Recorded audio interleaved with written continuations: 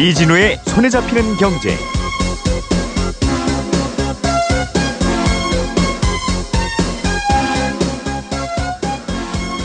안녕하십니까, 이진우입니다. 손에 잡히는 경제가 뽑은 오늘의 숫자는 35개입니다.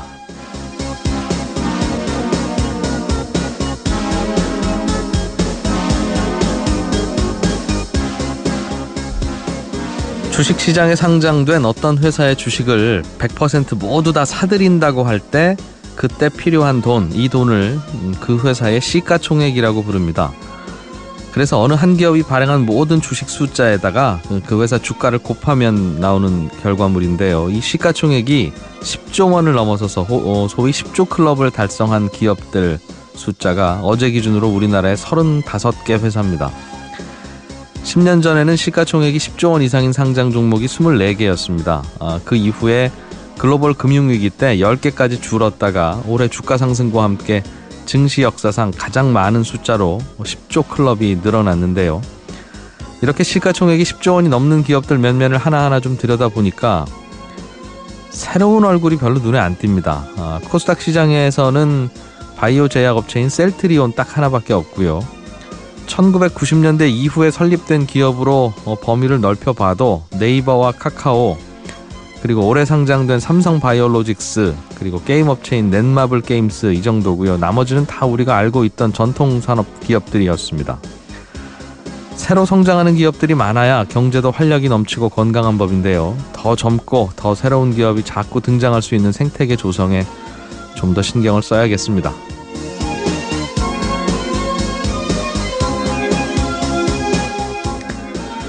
10월 24일 손에 잡히는 경제입니다. 부동산에 간접적으로 투자하는 부동산 펀드, 리츠, 이런 것들이 있는데요. 이게 좀 우리나라에서는 덜 활성화되어 있다고 합니다. 이걸 활성화시키려면 뭘 더 고민해봐야 되는지 오늘은 부동산 펀드와 리츠에 대해서 공부 좀 해보겠고요. 한 청취자께서 재밌는 질문 주셨습니다. 갖고 있는 주식을 팔았더니 오늘 돈을 안 주고 오늘부터 계산해서 3일째 되는 날 준다고 하더라. 왜 오늘 팔았으면 오늘 줘야지 이틀이나 더 기다려야 돈이 들어오냐, 이런 질문 주셨어요. 친절한 경제에서 풀어드리겠습니다. 광고 듣고 오늘 순서 시작하겠습니다.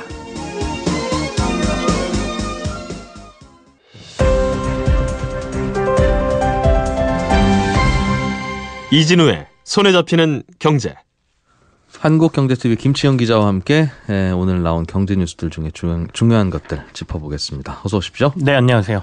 정부가 가계부채 종합대책을 오늘 발표를 할 예정인데, 네. 대개는 지금쯤이면 기자들한테 다 아는 발표가 된 상태지요? 엠바고가 사실은 자료는 어제들 기자들한테는 왔고요. 예. 엠바고는 오후 지금 2시로 돼 있으니까 2시에 발표 예정이거든요, 정부에서. 그래서 저희들 보고 공부하라고 자료는 준 상태인데, 엠바고가 걸려 있다는 얘기는 내용을 전부 다 얘기할 수 없다, 이런 건데요. 예. 어제 이제 김동연 부총리가 근데 아침에 당정협의회에 참여하면서 기자들이 물어보니까 몇 가지를 주요 내용을 얘기를 했어요. 그래서 어제 김동연 부총리가 얘기한 걸 바탕으로 해서 더 세부적인 거는 제가 말씀드릴 수가 없으니까 네. 오늘은 좀 얘기를 드리겠습니다. 예. 어제 김 부총리가 얘기한 걸 근거로 보면은요, 이번 가계부채 대책의 가장 핵심은 돈줄을 더 죄겠다는 거예요. 그러니까 은행에서 돈을 빌릴 때 기준을 좀 더 엄격하게 해서 돈을 빌릴 수 있는 한도를 좀 줄여보겠다라는 게 첫 번째인데요. 이미 많이 들어보셨을 용어들이 여기에 등장을 합니다. 그러니까 총부채 상환 비율이라고 하는 DTI. 네.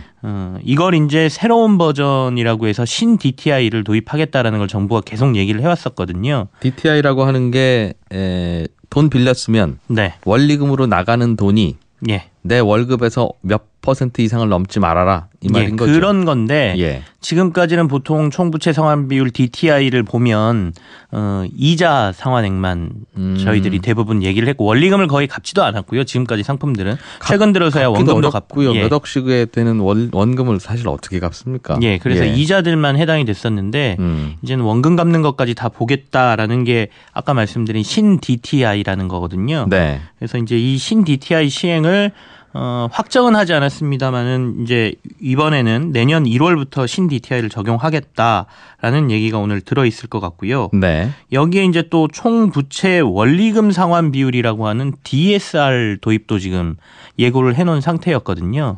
그래서 이 DSR도 당초에는 2019년도부터 시행을 하겠다라고 했는데 내년 하반기에 한 6개월 정도 빨리 도입을 하겠다 이렇게 얘기를 했으니까 네. 두 개를 다 적용한다 그러면 사실은 앞서 말씀드린 것처럼 지금은 이자 갚는 것만 뭐 계산을 해서 다음번에 내가 하나 더 대출을 받을 때 대출 금액 총액을 산정을 해줬는데 원금 부분도 계산을 한다는 얘기고요. 예.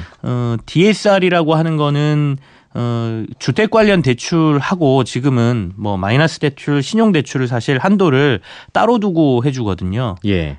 각각 항목이 다르기 때문에 이제는 다 같이 보겠다는 거예요. 그러니까 만약에 신용 대출도 제가 하고 있고 마이너스 대출도 받고 더군다나 차량 할부도 하고 있다 그러면 네. 야 너는 빚 갚을 게 너무 많잖아. 또 대출을 받으려 그러면 그만큼 줄어들게 하겠다라는 게 이번 대책의 핵심입니다. 이게 마이너스 대출하고 전세금 우리 대출이라는 게 있어서 네. 전세금 대출은 2년 후에는 사실은 갚기로 약속하고 그렇습니다. 어떻게 갚을 거야? 그럼 집주인이 돌려주면 갚아야죠? 라고 네. 생각해서 이자만 내는 대출인데 네. 과연 그것도 2년 안에 원금을 다 갚는 걸로 계산해서 전세금이 3억이면 1년에 1억 5천씩 갚으셔야죠? 이제 이런 계산을 들이대면 참 다 추가로 돈 빌릴 수 있는 사람은 없을 텐데 그럼 전세 탈출 언제 하느냐 하면 고민은 좀 되겠어요. 지금 현재는 주택담보대출에 한해서 얘기를 하고 있으니까요. 네. 사실 전세자금 대출은 조금 약간 서민용이라고 보고 있는 것 같아요. 내년에 DSR이 도입되면 예. 전세자금 대출과 이 마이너스 통장 대출 등등 이런 것도 다 포함될 가능성이 당신의 높죠. 부채 네. 이력에 집어넣고 예. 그거 계산해서 원금 못 갚으실 것 같으면 이건 안 됩니다. 이렇게 나온다는 거잖아요. 다만 지금 신 DTI를 적용을 하게 되면 여기에는 그게 있습니다. 그러니까 앞으로 돈을 더 많이 벌 것 같은 사람한테는 네. 대출 한도를 좀 더 주고 앞으로 소득이 줄어들 것 같은 사람한테는 그걸 반영을 해서 대출 한도를 좀 줄이겠다라는 개념도 들어가 있거든요. 그 말은 젊은 직장인들은 예를 들면 30대 초반이면 앞으로 돈을 더 많이 벌 가능성이 높고 그렇죠. 50대에 접어든 직장인은 지금이 피크일 가능성이 높으니까 네. 50대가 돈 빌리러 가면 앞으로는 수입이 줄어든다고 가정하고 계산을 해서 돈을 조금만 빌려주고 네네. 30대가 가면 앞으로 미래가 창창하시니까 뭐 나중에 이만큼 수입이 있을 것까지 감안해서 빌려드릴게요가 된다는 예. 뜻이군요. 그렇게 보면 지금 뭐 40대 중반 이상은 대출이 조금 더 힘들어질 가능성이 높고 네. 20대 30대들은 조금 더 수월해질 가능성도 있다. 네. 요건 그나마 조금 반가운 소리다. 이거나 저거나 요즘 집 사는 분들 중에는 노후에 그냥 월세나 좀 받아볼까 싶어서 은행에 네네. 넣어두면 이게 내 생계가 안 나오니까 예. 싶어서 나이 드신 분들이 집 사는 경우들도 꽤 있다고 하는데 여기에도 변수가 좀 되겠습니다. 아무래도 지금 한 채를 이미 보유를 하고 있고 이번 대책 역시도 다주택자들의 돈줄을 잡는 데가 더 핵심이거든요. 그러니까 예. 이미 주택 한 채를 가지고 있다라고 하면 추가적으로 대출받는 게 그만큼 힘들어진다라고 볼 수가 있는데요. 예를 들어서 만약에 지금 연봉 5,500만 원 정도를 받는 직장인이 네. 기존에 한 1억 9천만 원 정도의 주택담보대출을 받은 상태고요. 이건 뭐 30년 만기에 연 4%라고 가정을 한 상태거든요. 네. 이 경우에 서울에서 내가 한 5억짜리 아파트, 지금 투기과열지구에서 5억짜리 아파트를 산다 그러면 DTI가 30%가 적용이 되거든요. 예. 그러면 1억 5천만 원 정도 지금 추가로 받을 수 있어요. 근데 신 DTI가 적용된다라고 그러면 9,500만 원으로 뚝 떨어지거든요. 네. 그러면 원금을 자기가 내야 될, 그러니까 추가로 부담해야 될 게 5,500만 원이 더 는다는 거니까 정말 돈이 여유롭지 않으면 은행에서 일종의 레버리지라 그러잖아요. 돈을 그렇겠어요. 빌려서 예. 뭔가를 투자하고 유지한다는 것 자체가 조금 힘들어진다. 이렇게 봐야 되겠죠. A라는 집을 이미 갖고 있는 분이 B라는 집으로 갈아탈 때도 불편해지겠네요. 그렇죠. 그 부분은 이제 정부에서 조금 실수요자고 예. 한 채를 팔고 또 다른 집으로 넘어갈 때 어떤 그 생기는 문제에 대해서는 좀 고려를 해줘야 되지 않을까라는 생각도 가지고 있습니다.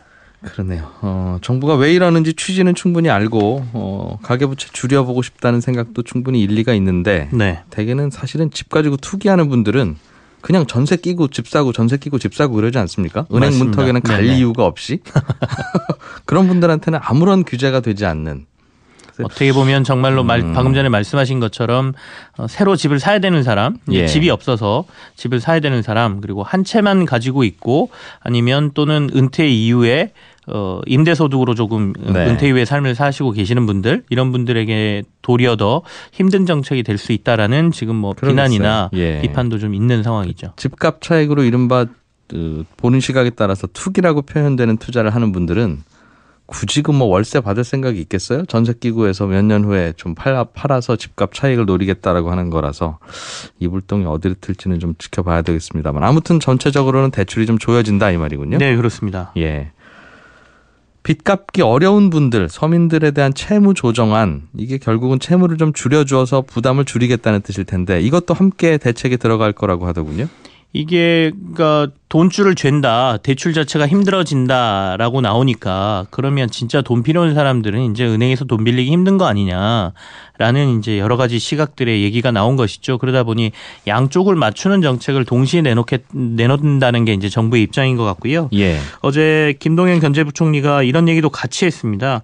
가계부채 종합대책에 정말 어려운 상황에 있는 분들의 채무 조정이나 일부는 채권 소각까지 포함하는 대책이 나올 것이다 이렇게 언급을 했습니다. 예. 일부에서 이제 모럴 해저드 그러니까 도덕적 해이 문제가 나올 수는 있지만 정부가 그와 같은 점을 최소화하면서 이런 채무 조정과 채권 소각 방안을 추진하겠다라는 언급도 같이 들었는데요. 지난번에 이미 다들 아시겠지만 그 소멸시효 채권이라고 그래서 10년 이상 된 1,000만 원 이하의 소멸시효 채권들 네. 이런 것들은 전부 소각한다라고 정부가 한 차례 밝혔잖아요. 이거 외에 추가적인 게 나올 가능성이 있다라는 것이거든요. 그래서 오늘 발표될 때 정확한 내용은 여기서 좀 들여다봐야 될 것 같고요. 더불어서 그 성실하게 빚을 갚는 분들 뭐 가장 대표적인 게 방송인 이상민 씨 아니겠어요? 그런 분들에게도 인센티브 제도를 만들어서 뭔가를 해주는 방안도 같이 내놓겠다라고 지금 얘기를 해놓은 상태죠. 사실 돈을 빌렸으면 다 갚아야지 왜 줄여주느냐라고 하는 의견이 여전히 한쪽에는 있지만 그럼요. 이거를 자꾸 주장할 수 없는 게 우리나라의 복지 제도가 충분하지 않아서 네. 이분들이 왜 이렇게 부채를 쥐고 못 갚게 됐을까 들여다보면 병원비가 모자라서요. 내지는 가족이 아파서요. 네. 내지는 누가 공부를 해야 되는데 등록금이 비싸서요. 뭐 이런 문제가 나오니까 이분들한테 왜 그래도 돈 갚으셔야죠라는 말을 차마 못하는 거 아니겠습니까? 근데 복지가 해결해야 될 분이 이게 부분을 대출로 해결하는 바람에 생긴 문제라서. 지난번에도 이제 채권 소각 얘기하면서 제가 한 차례 말씀을 드린 건데요. 이건 이제 양쪽의 의견이 같이 있기 때문에 예. 어디 한쪽의 의견이 옳다라고 볼 수는 없겠지만 추가 한쪽으로 너무 기울어져 있다 그러면 그 추를 약간 중앙으로 옮길 필요는 있어 보이는데 예. 지금 정부의 판단은 그러니까 빚을 갚을 수 없을 정도로 완전히 빚의 굴레 속에 빠져 있는 사람들 쪽으로 추가 좀 많이 갔다라고 보고 있고요. 그래서 이 추를 임의적으로 중앙 쪽으로 조금 옮겨 놓겠다라는 게 정부의 생각인 것 같습니다. 그래서 예. 너무 오래된 정말 빚의 굴레에서 도저히 빠져나올 수 없는 사람들 같은 경우에는 아예 채무를 탕감해 주는 방안을 고민하겠다라는 겁니다. 네.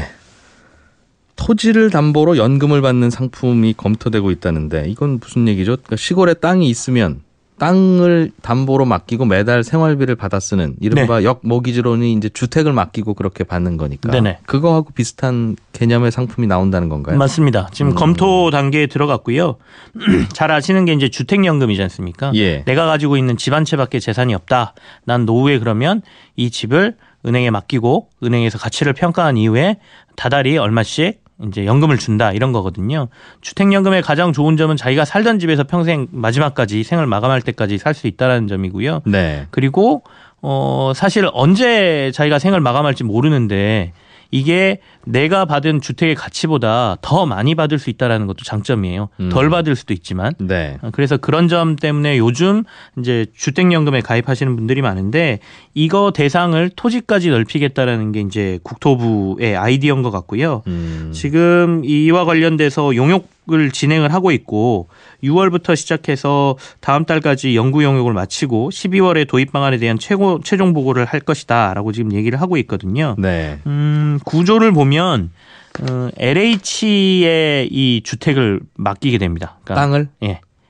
땅이죠. 토지죠. 예, 그러니까 은행에 맡기는 게 아니라 이번에는 LH 쪽에다가 가치 평가를 받고 LH에 이제 맡기게 되고요. 네. 은행은 나중에 이제 그 주택 같은 경우에는 돌아가신 다음에 이걸 처분해서 자신들의 이익으로 가져오거든요. 네. 근데 LH 같은 경우에는 2009년부터 토지은행이라는 제도를 시행을 하고 있어요. 그러니까 필요할 때면 토지들을 미리 사놨다가 공공개발 등에 사용한다는 것이거든요. 예. 그래서 아예 토지은행에다 넣어버리는 방법으로 앞으로 이 토지연금을 활용하겠다라는 게 아이디어인 것 같습니다. 이게 주택이라고 하면 나중에 혹시 이게 계속 빚만 쌓이고 돌아가실 경우에 네.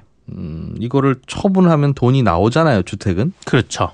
대강의 웬만한 주택은 돈이 나오니까 이게 네. 돌아갈 텐데 토지라고 하면 참 우리 서울 명동 한복판에 있는 토지도 있겠습니다만 저기 저 들판들도 많아서 그렇습니다. 나중에 그 들판 맡기고 가신 분이 이제 들판만 남기고 가시면 우리 사회가 그 들판을 어디다 쓸 거냐. 결국은 이제 정부가 떠안아야 되는 문제가 생겨서 값어치를 어떻게 할 것이냐 그리고 어떤 토지를 맡길 것이냐의 문제가 있고요. 그러니까 토지은행이라는 제도가 사실은 주택 매입 비용이 너무 많이 들어가니까 미리미리 확보해 놓자라는 게 LH의 토지은행인데 말씀하신 것처럼 뭐 정말 쓸모없는 부분에 토지를 맡긴다라고 하면 나중에 개발 이익도 사실 원금을 찾기가 어려워질 수도 있거든요. 그래서 거예요. 지금은 주택연금은 저 집 맡았다가 나라에서 어떻게 쓸 겁니까? 라고 질문하면 그거 다 필요한 분들한테 임대주택으로 쓰면 되죠. 안 그래도 임대주택 모자라는데요. 그러면 그렇군요. 할 수 있는데 저 들판의 땅은 어디 뭐 할 때 쓸 겁니까? 그러면 참 쉽지 않겠습니다. 그 부분은. 그래서 주택연금보다는 아마 토지연금은 대상 토지가 조금 한계가 있지 않을까라는 생각도 있습니다. 아무튼 재미있는 아이디어네요. 어떻게 도입될지 좀 지켜봐야 되겠습니다. 한국경제TV 김치영 기자였습니다. 고맙습니다. 네, 감사합니다. 알아야 될 것들 많이 안내를 해주고 눈높이에 딱 맞는 만인의 경제과외 선생님. 다음 순서는 친절한 경제입니다. 예, 오늘은 청취자 중에 김병주 씨 질문인데요. 주식 투자를 하시는데 주식을 팔면 그날 돈을 주는 게 아니라 2영업일 후에 주식 판 돈이 나온다고 하더라. 왜 이틀이나 묵히느냐 이런 질문 주셨어요. 그러니까 월요일에 주식 팔았으면 월요일 날 돈을 받고 싶은데 수요일에나 오고 돈이 들어오고 금요일에 주식을 샀으면 토요일, 일요일 쉬고 그 다음 주 월요일도 쉬고 화요일이나 돼야 그날 아침에 돈이 이제 계좌에 들어오거나 주식을 샀으면 주식이 계좌에 들어옵니다. 팔렸으면 바로바로 돈을 주고 샀으면 바로바로 주식을 넣어줘야지 왜 이틀이나 걸립니까? 이게 궁금하신 건데요. 결론부터 말씀드리면 바로 그날 하려면 뭐 할 수는 있는데 이틀 후에 하기로 우리가 결정을 해놓고 주식시장을 운영하기 때문에 그렇습니다. 생각해보면 우리가 아파트 사고 팔 때도 마찬가지죠. 계약하고 난 후에 대략 한 달 정도 후에 잔금 치르고 잔금 치른 날 이제 등기소에 가서 이건 아무개 아파트다 이렇게 명의를 바꾸지 않습니까? 그러니까 집은 팔아도 대략 한 달 후에나 돈이 들어오고 사도 한 달 후에나 내 집이 되는 것처럼 아파트나 집은 그때그때 사고 파는 사람들의 사정에 맞춰서 그게 그 기간이 일주일이 될 수도 있고 두 달이 될 수도 있지만 주식시장에서는 무조건 이틀 후에 잔금 치르기로 한다 이렇게 정해놓은 겁니다. 그 기간을 1일이나 혹은 당일로 좀 앞당기면 안 되느냐 뭐 굳이 안 될 건 없지만 또 쉽지만도 않습니다. 왜냐하면 이게 주식은 배추나 콩나물처럼 그냥 돈 주고 확 사오면 되는 게 아니라 돈을 주고 사더라도 그 주식이 아무개 거에서 아무개 거로 소유권이 넘어갔다고 증권예탁결제원에 등록, 땅으로 치면 등기를 해야 되거든요.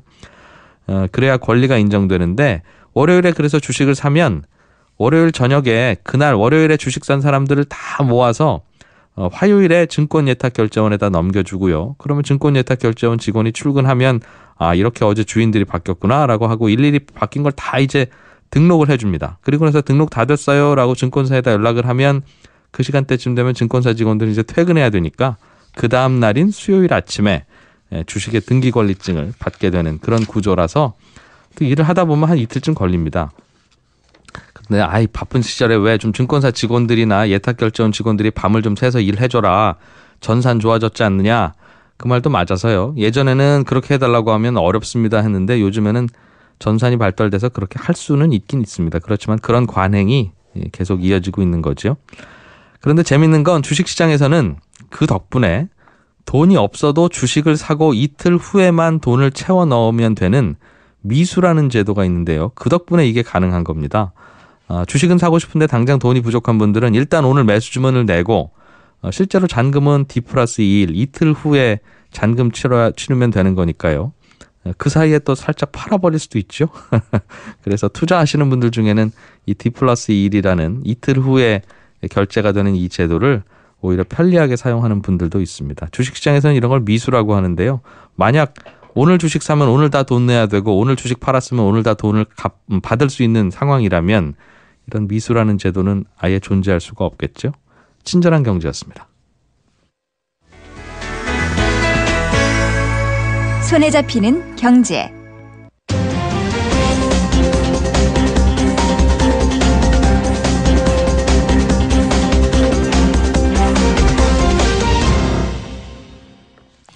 부동산에 투자하는 방법은 간단합니다. 그냥 부동산을 샀다가 그 값이 오르면 파는 거죠. 그런데 직접 내 이름으로 부동산을 사는 것 말고 여러 사람이 돈을 모아서 간접적으로 같이 공동구매를 해서 같이 보유하고 있다가 같이 팔아서 차익을 나누는 그런 간접 투자 방식도 있습니다. 다른 나라에는 이런 부동산에 대한 간접 투자 방식이 꽤 발달되어 있는데 우리나라는 여러 가지 이유로 이게 덜 활성화되고 있다고 해서요. 좀 더 활성화시킬 수 있는 대안을 좀 고민해 보려고 관련 보고서를 쓰신 금융연구원의 신용상 선임연구위원을 전화로 연결했습니다. 안녕하십니까? 예, 안녕하세요. 금융연구원 신용상입니다. 예. 부동산 펀드라고 하는 게 우리가 펀드라고 하면 대개 이제 주식에 투자하거나 채권에 투자하는 펀드를 알고 있는데 부동산 펀드도 그런 겁니까? 그냥 돈 모아서 펀드 매니저가 부동산 사는 거예요? 예, 맞습니다. 일반적으로 저희와 같은 일반 개인들이 직접 사고 팔아서 수익을 낼 수 있는 이른바 직접 투자가 가능한 금융투자 상품으로는 주식과 채권 등이 대표적인데요. 예.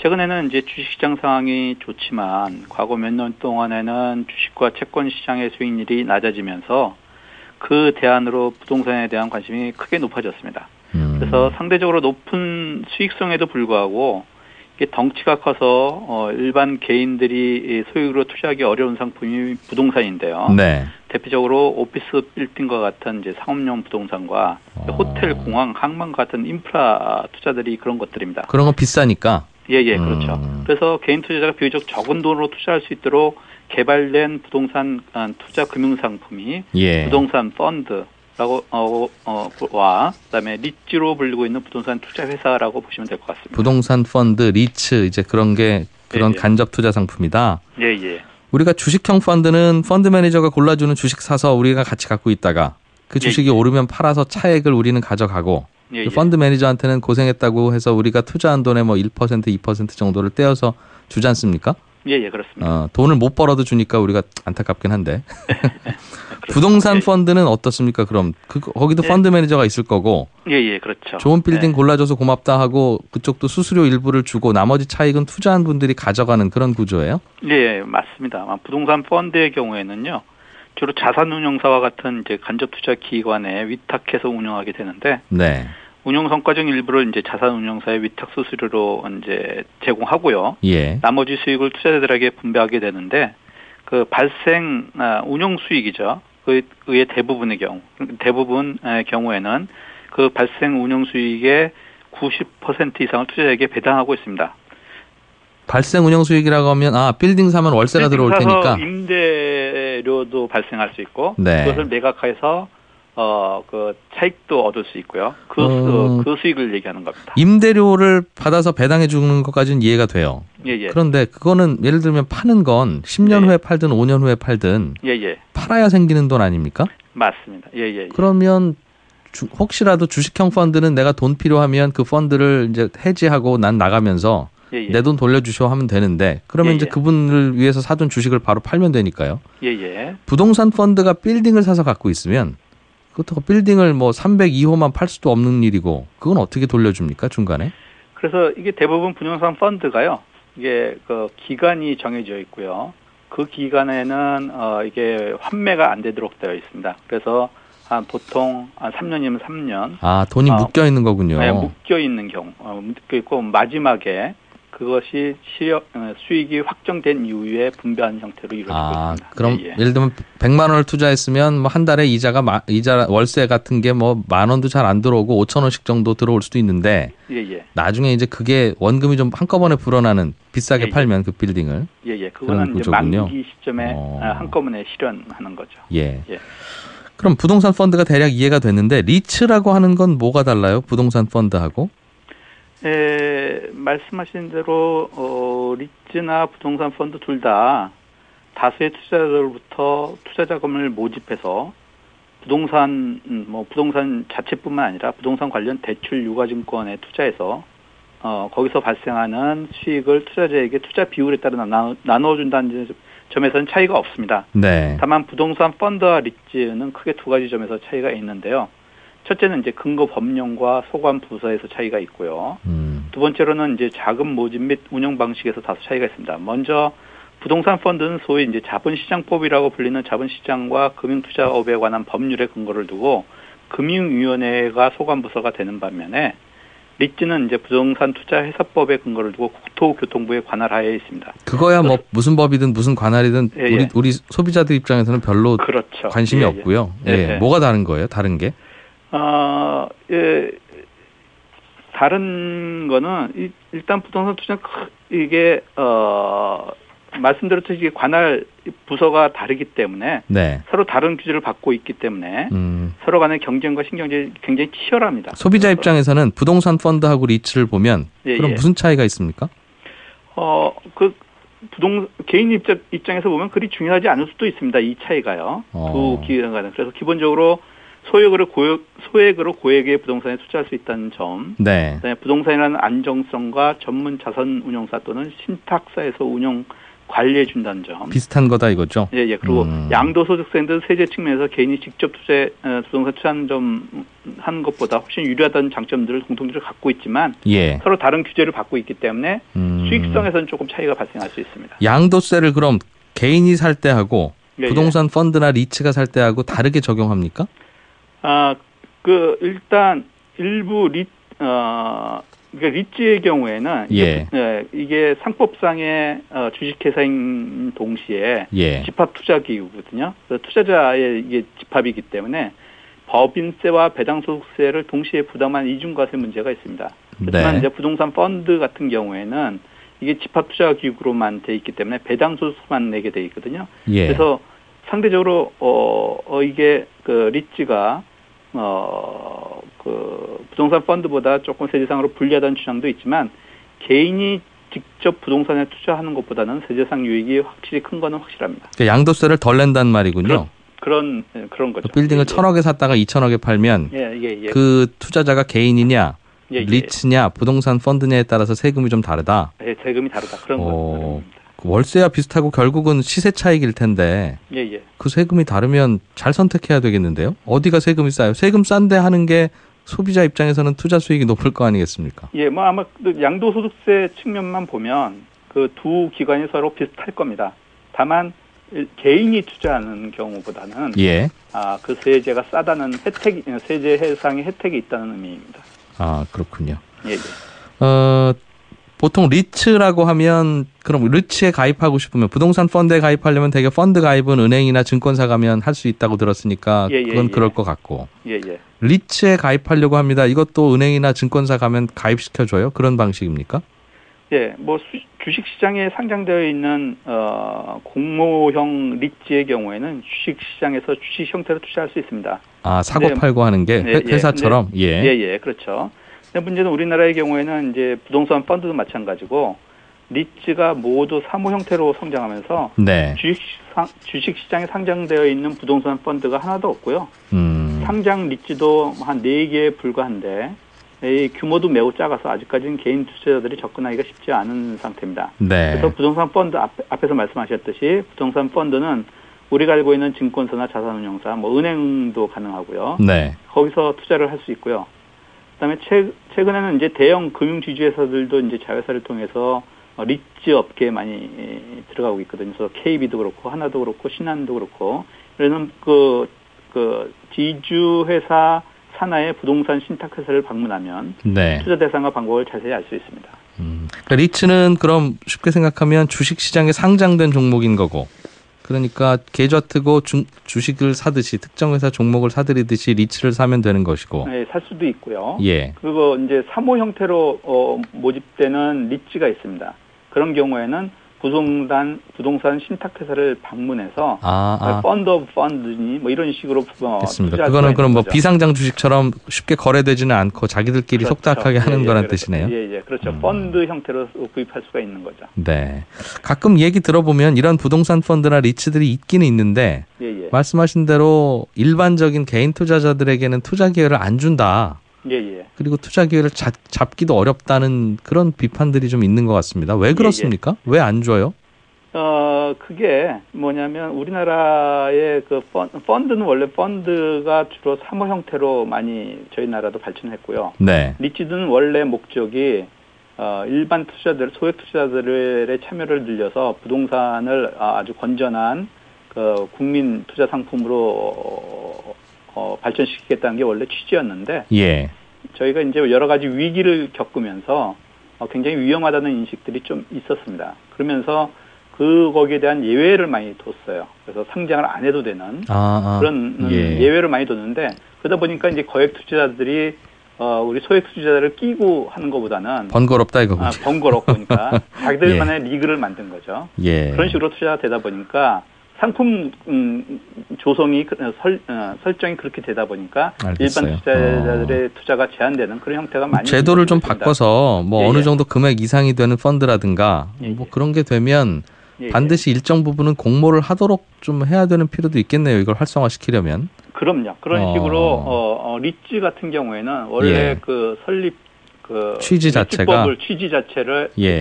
얘가 일반 국민들의 상품으로 건전한 상품으로 만들려는 게 목적이었기 때문에 그 부동산 시장이라고 하는 게 사실은 뭐 오를 때도 있고 내릴 때도 있고 또 웬만하면 또 잡기 어려울 때도 있고 그렇지 않습니까? 투자자들은 그래서 그 시장에서 수익을 갖기 위해서 부동산 시장에 관심을 갖는 건데, 이런 식의 간접 투자에 쉽게 투자할 수 있으면 굳이 내가 저 연립주택을 사거나 저 아파트를 사는 식으로 투자를 하지 않을 텐데 이런 간접적인 투자 방식이 막혀 있다 보니까 부동산이 좀 오를 것 같으면 동네에 아파트 사는 방법밖에 없잖아요. 예, 맞습니다. 그러면 실수요자들도 힘들어지고. 그래서 좀 부동산 펀드를 활성화시키거나 리츠를 누구나 참여할 수 있게 하면 좋을 것 같다는 생각이 드는데 제도를 좀 바꿔야 되겠군요. 그러니까. 그렇죠. 예, 그 단기간에 리츠 강국으로 부상한 싱가포르와 같은 나라에서는요. 네. 소비자가 현금 인출기에서 리츠 주식을 구매하고 그다음 리츠로부터 이제 배당 수입에 대해서는 개인 소득을 면제하는 것 같은 이게 다양한 정책 지원을 통해서 국민 투자 상품으로 자리 잡았거든요. 그러한 예를 참고하는 것도 굉장히 중요하다고 생각합니다. 알겠습니다. 이런저런 리츠나 펀드에 대해서 그거 뭐 돈 버는 사람들이 하는 투자 상품이지라고만 생각했는데 돌고 돌다 보니까 우리 동네 집값 잡는 데도 좀 도움이 될 것 같아서 어떤 허점들이나 개선점이 있는지 좀 들어봤습니다. 고맙습니다. 예, 감사합니다. 예, 금융연구원의 신용상 선임연구위원이었습니다.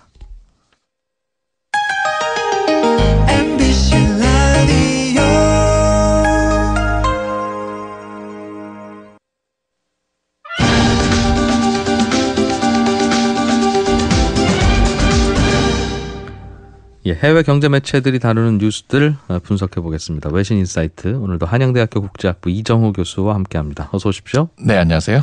일본에서는 아베 총리가 이끄는 자민당이 총선에서 또 이겼는데 그 비결과 배경에 대해서 아베노믹스가 성공했기 때문이다 이렇게 해석을 하더군요. 맞아요? 실제로 보면 아직 그 완벽한 성공은 아닌데 일단 이런 압도적인 승리로 해서 지금까지 아베노믹스가 지금 지속적으로 갈 수 있다 이런 걸 가지고 있는 거죠. 쉽게 얘기하면 일본 경기 좋으니까 아베가 이겼다 이 말이죠. 네, 일단은 뭐 전반적으로 볼 때 일본 경기가 많이 좋아졌습니다. 잘 기억하실지 모르겠습니다만 아베노믹스에는 세 개의 화살이 있었습니다. 첫 번째는 돈을 많이 푸는 거죠. 통화를 완화하고 이자도 내리고 더 내리지 못할 정도까지 오면 양적 완화도 하고. 네네. 그래서 이제 그 엔화의 가치를 낮춰가지고 수출을 많이 하는 거고 그게 어느 정도 성공한 것 같고, 두 번째 화살은 재정 확대. 그러니까 정부가 돈을 많이 푸는 겁니다. 네. 그래서 이제 주식이라든가 부동산 시장을 활성화시켜서 경기를 살리고 그 돈이 그 시장으로 갈 테니. 네네. 그리고 마지막으로는 이제 그 일본이 잃어버린 20년 이렇게 해서 굉장히 좀 문제가 많았는데 이게 벤처기업이라든가 중소기업을 활성화하는 경제구조 계획을 하겠다 이렇게 됐는데 실제로 지금 잘 아시겠습니다만 미국이라든가 유럽에서는 이제 돈을 좀 걷어들이는 네. 그런 분위기입니다. 미국 같은 경우는 이제 이자율을 시간이 문제지만 꼭 올리겠다. 뭐 금리 올린다는 얘기 네, 있고요. 그런 얘기가 예. 있고 그리고 유럽에서는 이제 테이퍼링이라고 해서 지금까지 시장에 많이 풀렸던 돈을 더 이상 이제 풀지 않겠다. 뭐 이렇게 돼 있는데 지금까지 그러니까 미국이고 유럽이고 돈 열심히 풀어서 다행히 경기 좋아졌다 이 말이잖아요. 네네 그렇습니다. 그러니 더 이상은 안 풀고 이제 슬슬 좀 조여볼래요 이런 상황인데. 돈이 너무 많아서 이게 이제 좀 과수요를 불러일으킬 수 있기 때문에 인플레이션의 우려가 있어서 이제는 이 정도 성장했으면은 돈을 좀 다시 좀 걷어들여야 되겠다 이렇게 됐는데 일본 같은 경우는 혼자서 반대 방향으로 가고 있다 이렇게 보시면 됩니다. 그러면 일본은 앞으로도 계속 금리 안 올릴 거고 돈 계속 풀 거다 이런 얘기예요? 네, 시장에서 전반적인 의견이 이런 아베노믹스의 첫 번째가 아마 돈을 많이 푸는 건데 여기에 대해서 이런 정책을 지속적으로 해서 일본만 혼자서 유럽이라든가 미국하고 좀 반대 방향으로 이자를 올린다든가 이런 걸 안 하고 좀 더 yen을 좀 많이 가치를 낮추는 그런 그 정책을 펼 거다 이렇게 보고 있고. 왜요? 일본도 경기 좋아졌으면 이제 그만 풀 생각을 할 텐데. 네네. 왜 일본은 계속 풀 거라고 생각하죠? 네, 그게 좋은 질문이신데 그게 일본의 아킬레스건이 뭐냐 하면은 성장률 이런 거라든가 뭐 취업률 좋은데 실제로 보면 사람들이 돈을 써야 되지 않습니까? 소비를 잘 안 한다? 네, 근데 그 소비라는 부분이 약해서 실제로 보면은 그 BOJ 일본 중앙은행의 소비 목표가 2%가 되면은 우리가 충분히 소비가 되고 이게 경기를 다시 진작시킨다 하는데 아직 2%는 아주 턱도 없이 못 미치고 있는 상황입니다. 뭐가요? 물가 상승률이? 소비자가 그 소비 그 실질적인 소비가 2%라는 게 무슨 뜻입니까? 네. 그 소비자 물가 지수가 물가가? 네네 물가가. 2%가 아직 안 되고 있는 겁니다. 다른 나라들은 유럽이나 미국은 그 정도 아니라 꽤 소비자 물가도 올라가고 하나 봐요? 미국도 아직은 2%에는 못 미치고 있어서 예상과 달리 올린다고 하지만 아주 영어로 아주 점진적으로 그레주얼리 하겠다고 하는 게 이 소비가 문제인데요. 네. 하지만은 미국 같은 경우는 그렇다 하더라도 너무나 많은 돈이 풀렸기 때문에 이게 소비를 좀 진작시키는 효과보다는 더 나쁜 영향이 알겠어요. 많기 때문에 걷어들인다 이렇게 보고 있는데 일본 같은 경우는 뭐 반대 방향으로 가고 혹시 미국과 유럽이 이자율을 올린다 하더라도 완충작용을 할 수 있다 이렇게 보고 있습니다. 이게요 궁금한 것이 네네. 어떤 전문가분들이 그렇게 보시더군요. 전 세계 돈의 흐름을 보려면 수도꼭지 3개만 쳐다보고 있으면 된다. 1번 네네. 수도꼭지 미국, 네네. 2번 수도꼭지 유럽, 네. 3번 수도꼭지 일본이다. 그런데 이제 미국하고 유럽은 수도꼭지 좀 잠근다는 분위기인데 네네. 일본은 안 잠근다. 우리는 더 틀 거야라는 상황이면 전 세계의 수도꼭지 3개 중에 하나는 계속 물이 쏟아진다는 뜻이고요. 네네. 그러면 이게 우리나라에 미치는 영향은 어떤 겁니까? 아무래도 이제 그 엔화가 약세가 되면은 수출에 좋지 않습니까? 그래서 또 양적 완화라든가 이런 거는 중앙은행들이 혼자서 금리를 올리고 내리고 할 때 그러지 않습니다. 사실은 서로 통화를 하면서 야 내가 좀 올릴 테니까 너 어때? 그리고 돈을 많이 풀었으니까 서로 코디네이션 이렇게 협조를 하는데 이 부분에 대해서 지금 일본이 미국이라든가 유럽에서 좀 승인을 받은 것은 우리는 계속해서 돈을 좀 풀고 예나 약세로 가겠다. 그럼 일본 수출을 좀 진작시켜서 좀 더 일본 경제를 좀 푸는데 니네가 좀 양해를 해줘라. 네. 이 부분이 되니까 사실은 우리나라 입장에서는 일본 제품과 경쟁 면에서는 좀 굉장히 좀 어려워지겠죠. 그리고 예. 우리는 어쩔 수 없이 이제 금리를 올릴 가능성이 많지 않습니까? 그렇게 되면 양쪽으로 일본 엔화는 약세가 되고 우리나라 금리는 올라가고 그러면 굉장히 좀 어려운 상황이 올 것 같습니다. 원화에 대해서는. 네네. 제가 여쭙는 건 미국도 금리 올리고 유럽도 금리 올리고 일본도 올리고 그러면 우리도 어쩔 수 없이 올려야 되는데 일본이 안 올리고 버티면 네네. 우리도 좀 금리 안 올리고 버틸 수 있는 여지나 공간이 좀 생기지 않느냐. 그러니까 전 세계의 자금이라는 게 다조이지가 않으면 그러니까 유럽과 미국이 안 푸는 만큼 일본이 더 풀면 뭐 전 세계 유동성 비슷한 거 아니겠습니까? 그렇지 근데 않아요? 이제 일본 돈의 그 호환성이라든가 이런 걸 보면은 우리나라가 달러가 이제 그 기축통화지 않습니까? 예. 그러다 보니까 우리가 달러에 연동돼서 영향이 더 많이 받지 일본 엔화의 이자율에 영향받는 것보다는 그 달러 이자율이 많기 때문에 아마 달러가 올라가면은 우리나라 뭐 여러분들이 말씀 많이 했었습니다만 한국에 투자한 돈이 나간다든가 네. 주식을 팔고 나간다든가 이런 현상이 있는데 거기에 비해서 이제 금융시장에서는 그렇게 우리가 안 좋고 수출에서는 일본 제품이 이제 엔화에 그 약세가 돼서 서로 우리나라 제품하고 경쟁을 하게 되면 우리나라가 어려워지는 거죠. 그렇군요. 일본하고 경쟁하는 국가한테는 불리한 분위기다. 알겠습니다. 네네. 한양대학교 이정호 교수였습니다. 고맙습니다. 네, 고맙습니다. 네, 손에 잡히는 경제 준비한 순서는 여기까지입니다. 지금까지 이진우였고요. 내일 오전 11시 10분에 다시 오겠습니다. 함께해 주신 여러분 고맙습니다.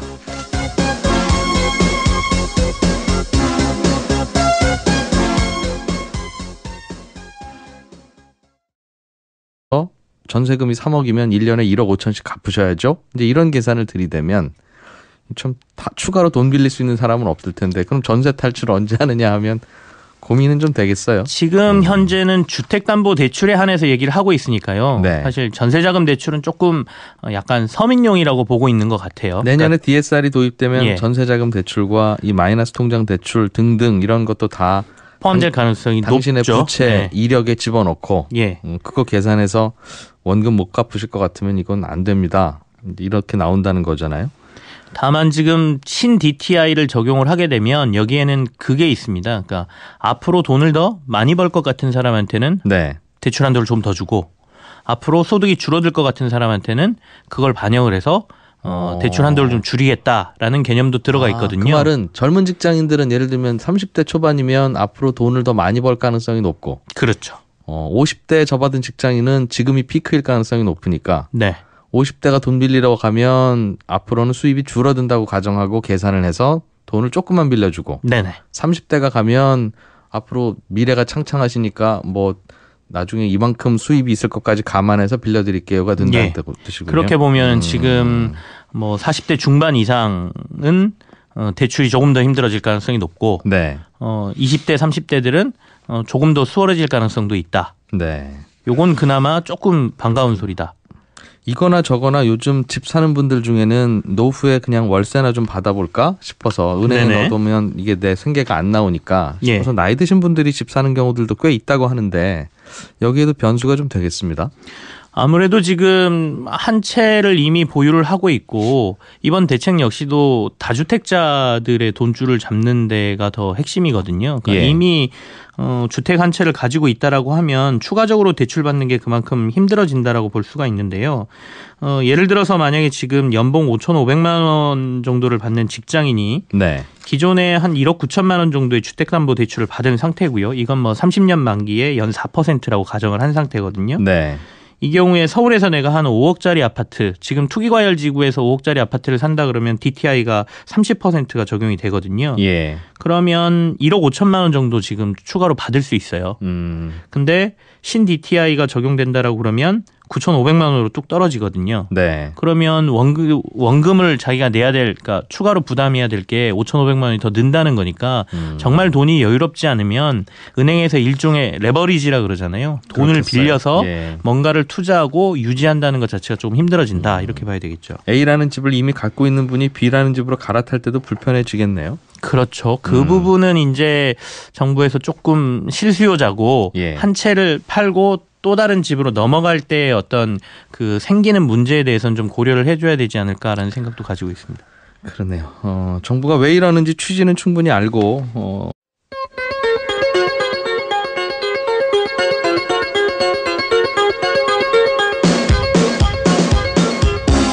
이진우의 손에 잡히는 경제.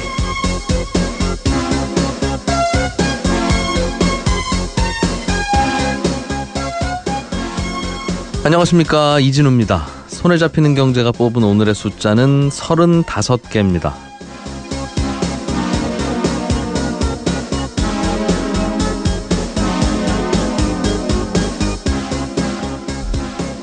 주식시장에 상장된 어떤 회사의 주식을 100% 모두 다 사들인다고 할 때 그때 필요한 돈, 이 돈을 그 회사의 시가총액이라고 부릅니다.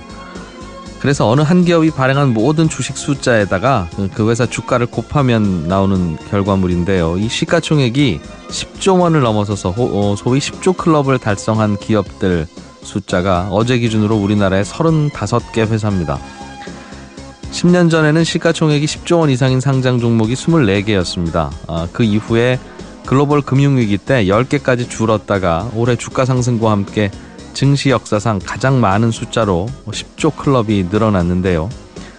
이렇게 시가총액이 10조 원이 넘는 기업들 몇몇을 하나하나 좀 들여다보니까 새로운 얼굴이 별로 눈에 안 띕니다. 코스닥 시장에서는 바이오 제약업체인 셀트리온 딱 하나밖에 없고요.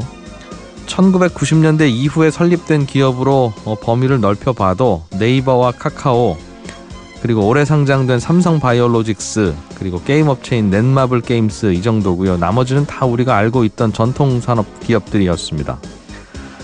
새로 성장하는 기업들이 많아야 경제도 활력이 넘치고 건강한 법인데요. 더 젊고 더 새로운 기업이 자꾸 등장할 수 있는 생태계 조성에 좀 더 신경을 써야겠습니다.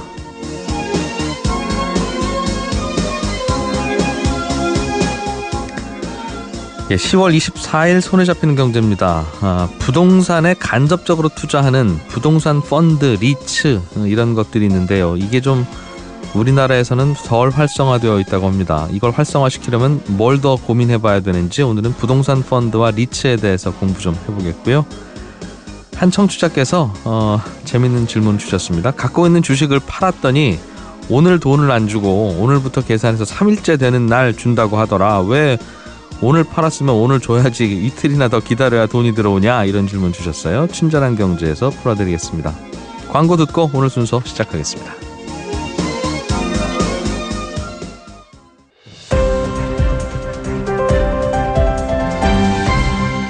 이진우의 손에 잡히는 경제. 한국경제TV 김치영 기자와 함께 오늘 나온 경제 뉴스들 중에 중요한 것들 짚어보겠습니다. 어서 오십시오. 네, 안녕하세요. 정부가 가계부채 종합 대책을 오늘 발표를 할 예정인데, 네. 대개는 지금쯤이면 기자들한테 다 아는 발표가 된 상태지요? 엠바고가 실은 자료는 어제들 기자들한테는 왔고요. 예. 엠바고는 오후 지금 2시로 돼 있으니까 2시에 발표 예정이거든요, 정부에서. 그래서 저희들 보고 공부하라고 자료는 준 상태인데, 엠바고가 걸려 있다는 얘기는 내용을 전부 다 얘기할 수 없다, 이런 건데요. 예. 어제 이제 김동연 부총리가 근데 아침에 당정 협의회에 참여하면서 기자들이 물어보니까 몇 가지를 주요 내용을 얘기를 했어요. 그래서 어제 김동연 부총리가 얘기한 걸 바탕으로 해서 더 세부적인 거는 제가 말씀드릴 수가 없으니까 네. 오늘은 좀 얘기를 드리겠습니다. 예. 어제 김 부총리가 얘기한 걸 근거로 보면은요, 이번 가계부채 대책의 가장 핵심은 돈줄을 더 죄겠다는 거예요. 그러니까 은행에서 돈을 빌릴 때 기준을 좀 더 엄격하게 해서 돈을 빌릴 수 있는 한도를 좀 줄여보겠다라는 게 첫 번째인데요. 이미 많이 들어보셨을 용어들이 여기에 등장을 합니다. 그러니까 총부채 상환 비율이라고 하는 DTI. 네. 이걸 이제 새로운 버전이라고 해서 신 DTI를 도입하겠다라는 걸 정부가 계속 얘기를 해왔었거든요. DTI라고 하는 게 돈 빌렸으면 네. 원리금으로 나가는 돈이 예. 내 월급에서 몇 % 이상을 넘지 말아라, 이 말인 거죠. 그런 건데 예. 지금까지는 보통 총부채 상환 비율 DTI를 보면 이자 상환액만 저희들이 대부분 얘기를 했고 원리금을 거의 갚지도 않았고요. 지금까지 상품들은 최근 들어서야 원금도 갚고요. 몇 억씩에 되는 원금을 사실 어떻게 갚습니까? 예, 그래서 이자들만 해당이 됐었는데 이제는 원금 갚는 것까지 다 보겠다라는 게 아까 말씀드린 신 DTI라는 거거든요. 네. 그래서 이제 이 신 DTI 시행을 확정은 하지 않았습니다만은 이제 이번에는 내년 1월부터 신 DTI를 적용하겠다라는 얘기가 오늘 들어 있을 것 같고요. 네. 여기에 이제 또 총부채 원리금 상환 비율이라고 하는 DSR 도입도 지금 예고를 해놓은 상태였거든요. 그래서 이 DSR도 당초에는 2019년도부터 시행을 하겠다라고 했는데 내년 하반기에 한 6개월 정도 빨리 도입을 하겠다, 이렇게 얘기를 했으니까 네. 두 개를 다 적용한다 그러면 사실은 앞서 말씀드린 것처럼 지금은 이자 갚는 것만 뭐 계산을 해서 다음번에 내가 하나 더 대출을 받을 때 대출 금액 총액을 산정을 해줬는데 원금 부분도 계산을 한다는 얘기고요. 예. DSR이라고 하는 거는 주택 관련 대출하고 지금은 뭐 마이너스 대출, 신용 대출을 사실 한도를 따로 두고 해주거든요. 예. 각각 항목이 다르기 때문에 이제는 다 같이 보겠다는 거예요. 그러니까 만약에 신용 대출도 제가 하고 있고 마이너스 대출도 받고 더군다나 차량 할부도 하고 있다 그러면 네. 야, 너는 빚 갚을 게 너무 많잖아. 또 대출을 받으려고 그러면 그만큼 줄어들게 하겠다라는 게 이번 대책의 핵심입니다. 이게 마이너스 대출하고 전세금 우리 대출이라는 게 있어서 네. 전세금 대출은 2년 후에는 사실은 갚기로 약속하고 그렇습니다. 어떻게 갚을 거야? 그럼 집주인이 돌려주면 갚아야죠? 라고 네. 생각해서 이자만 내는 대출인데 네. 과연 그것도 2년 안에 원금을 다 갚는 걸로 계산해서 가계부채 줄여보고 싶다는 생각도 충분히 일리가 있는데 네. 대개는 사실은 집 가지고 투기하는 분들은 그냥 전세 끼고 집 사고 전세 끼고 집 사고 그러지 않습니까? 은행 맞습니다. 문턱에는 갈 네네. 이유가 없이 그런 분들한테는 아무런 규제가 되지 않는 어떻게 보면 정말로 방금 전에 말씀하신 것처럼 새로 집을 사야 되는 사람, 이제 예. 집이 없어서 집을 사야 되는 사람, 그리고 한 채만 가지고 있고 아니면 또는 은퇴 이후에 임대소득으로 조금 네. 은퇴 이후의 삶을 사시고 계시는 분들, 이런 분들에게 도리어 더 힘든 정책이 될 수 있다라는 지금 뭐 그러겠어요. 비난이나 예. 비판도 좀 있는 상황이죠. 집값 차익으로 이른바 보는 시각에 따라서 투기라고 표현되는 투자를 하는 분들은 굳이 그 뭐 월세 받을 생각이 있겠어요? 전세 끼고 해서 몇 년 후에 좀 팔아서 집값 차익을 노리겠다라고 하는 거라서 이 불똥이 어디로 튈지는 좀 지켜봐야 되겠습니다만 아무튼 전체적으로는 대출이 좀 조여진다 이 말이군요. 네, 그렇습니다. 예. 빚 갚기 어려운 분들, 서민들에 대한 채무 조정안 이게 결국은 채무를 좀 줄여주어서 부담을 줄이겠다는 뜻일 텐데 이것도 함께 대책에 들어갈 거라고 하더군요. 이게 그러니까 돈줄을 잰다, 대출 자체가 힘들어진다라고 나오니까 그러면 진짜 돈 필요한 사람들은 이제 은행에서 돈 빌리기 힘든 거 아니냐라는 이제 여러 가지 시각들의 얘기가 나온 것이죠. 그러다 보니 양쪽을 맞추는 정책을 동시에 내놓는다는 게 이제 정부의 입장인 것 같고요. 예. 어제 김동연 경제부총리가 이런 얘기도 같이 했습니다. 가계부채 종합대책에 정말 어려운 상황에 있는 분들의 채무 조정이나 일부는 채권 소각까지 포함하는 대책이 나올 것이다 이렇게 언급을 했습니다. 예. 일부에서 이제 모럴 해저드 그러니까 도덕적 해이 문제가 나올 수는 있지만 정부가 그와 같은 점을 최소화하면서 이런 채무 조정과 채권 소각 방안을 추진하겠다라는 언급도 같이 들었는데요. 지난번에 이미 다들 아시겠지만 그 소멸시효 채권이라고 그래서 10년 이상 된 1,000만 원 이하의 소멸시효 채권들 네. 이런 것들은 전부 소각한다라고 정부가 한 차례 밝혔잖아요. 이거 외에 추가적인 게 나올 가능성이 있다라는 것이거든요. 그래서 오늘 발표될 때 정확한 내용은 여기서 좀 들여다봐야 될 것 같고요. 더불어서 그 성실하게 빚을 갚는 분들 뭐 가장 대표적인 게 방송인 이상민 씨 아니겠어요? 그런 분들에게도 인센티브 제도를 만들어서 뭔가를 해주는 방안도 같이 내놓겠다라고 지금 얘기를 해놓은 상태죠. 사실 돈을 빌렸으면 다 갚아야지 왜 줄여주느냐라고 하는 의견이 여전히 한쪽에는 있지만 그럼요. 이거를 자꾸 주장할 수 없는 게 우리나라의 복지 제도가 충분하지 않아서 네. 이분들이 왜 이렇게 부채를 쥐고 못 갚게 됐을까 들여다보면 병원비가 모자라서요. 내지는 가족이 아파서요. 네. 내지는 누가 공부를 해야 되는데 등록금이 비싸서요. 뭐 이런 문제가 나오니까 이분들한테 왜 그래도 돈 갚으셔야죠라는 말을 차마 못하는 거 아니겠습니까? 복지가 해결해야 될 분이 이게 부분을 대출로 해결하는 바람에 생긴 문제라서. 지난번에도 이제 채권 소각 얘기하면서 제가 한 차례 말씀을 드린 건데요. 이건 이제 양쪽의 의견이 같이 있기 때문에 예. 어디 한쪽의 의견이 옳다라고 볼 수는 없겠지만 추가 한쪽으로 너무 기울어져 있다 그러면 그 추를 약간 중앙으로 옮길 필요는 있어 보이는데 예. 지금 정부의 판단은 그러니까 빚을 갚을 수 없을 정도로 완전히 빚의 굴레 속에 빠져 있는 사람들 쪽으로 추가 좀 많이 갔다라고 보고 있고요. 그래서 이 추를 임의적으로 중앙 쪽으로 조금 옮겨 놓겠다라는 게 정부의 생각인 것 같습니다. 그래서 예. 너무 오래된 정말 빚의 굴레에서 도저히 빠져나올 수 없는 사람들 같은 경우에는 아예 채무를 탕감해 주는 방안을 고민하겠다라는 겁니다. 네. 토지를 담보로 연금을 받는 상품이 검토되고 있다는데 이건 무슨 얘기죠? 그러니까 시골에 땅이 있으면 땅을 담보로 맡기고 매달 생활비를 받아 쓰는 이른바 역모기지론이 이제 주택을 맡기고 그렇게 받는 거니까. 네네. 그거하고 비슷한 개념의 상품이 나온다는 건가요? 맞습니다. 지금 검토 단계에 들어갔고요. 잘 아시는 게 이제 주택연금이지 않습니까? 예. 내가 가지고 있는 집 한 채밖에 재산이 없다. 난 노후에 그러면 이 집을 은행에 맡기고 은행에서 가치를 평가한 이후에 다달이 얼마씩 이제 연금을 준다 이런 거거든요.